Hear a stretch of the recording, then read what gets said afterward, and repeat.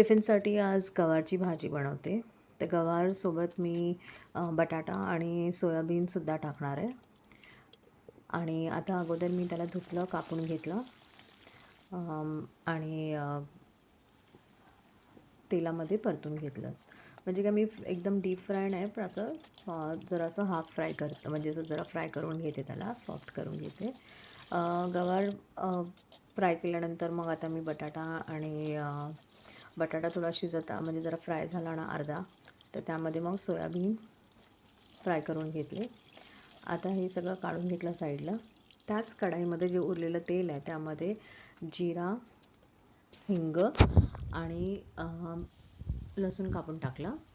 आता कांदा कापून टाकला त्याच्यामध्ये आणि ते परतून घेणार. कांदा जर सॉफ्ट झाला की टमाटर टाकणार त्याच्यामध्ये. टमाटर लवकर गाळ होण्यासाठी थोडंसं मीठ टाकणार त्यावरती आणि मग त्याला प्रॉपर मिक्स करणार. आणि मग आता ती जी भाजी फ्राय केली होती आपण साईडला ठेवलेली आहे, ती सगळी मी त्यात टाकणार. आता मिरची तुम्ही बघतात माझ्या रेसिपीमध्ये मी मिरची आणि असं स्लिट करून किंवा असं अख्खीच टाकते.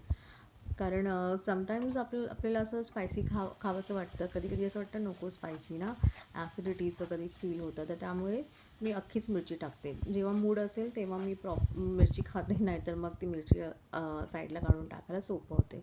आता बघा पावडर मसाले टाकले. पावडर मसाले माझे 4 फिक्स आहेत. हळद, धना पावडर, जिरा पावडर आणि लाल तिखट. बस झाली भाजी. किती सोपी, किती सिंपल आहे. रेडी.